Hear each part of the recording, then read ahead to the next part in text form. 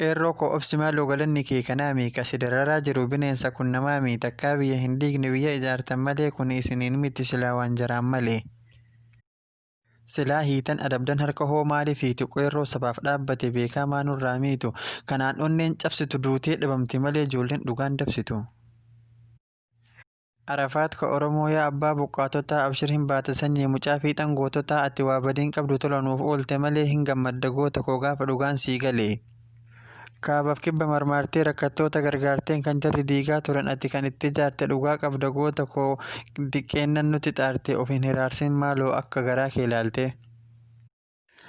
Guddattootaaf dibaruu hidhaanii dhamaasanii maqaa jarri hin qabne kan itti moggaasanii ashabbaarii jedhaniin akka waan biyya diigdee qeerroo qabsoo Oromoo diqqeennan itti dhiigde.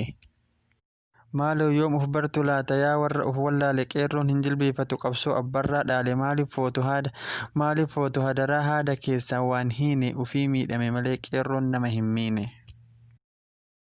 Osoo obsee jiraatuu shiraaf sharrii keessanii silaa jiraachuu keenna arguu hin dandeessanii dhumaatii xaragamaa biyyuu abbaa keessanii dhumaa isin.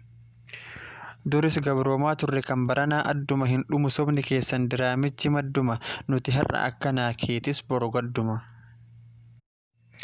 Beellama keessan siraa hanga yoomii beellamtu siyaasarraa dhaabuudhaaf maali sobaan dheekkamtu kijibni keessan adii kamasarraa beekamtu irratti barbaaddanii hamaadha fi hamattuu homaa irraan argitu gadi dhiisee haa yartu.